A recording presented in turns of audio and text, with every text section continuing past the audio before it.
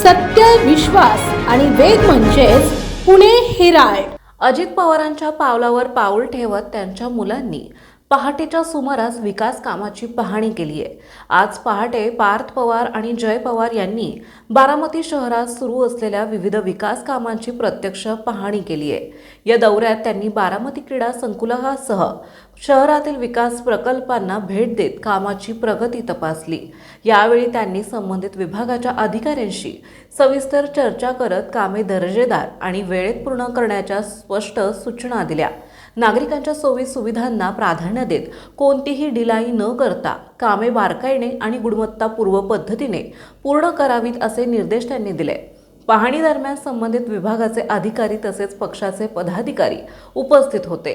बारामतीच्या सर्वांगीण विकासासाठी सातत्याने प्रयत्नशील राहण्याचा निर्धार यावेळी व्यक्त करण्यात आला.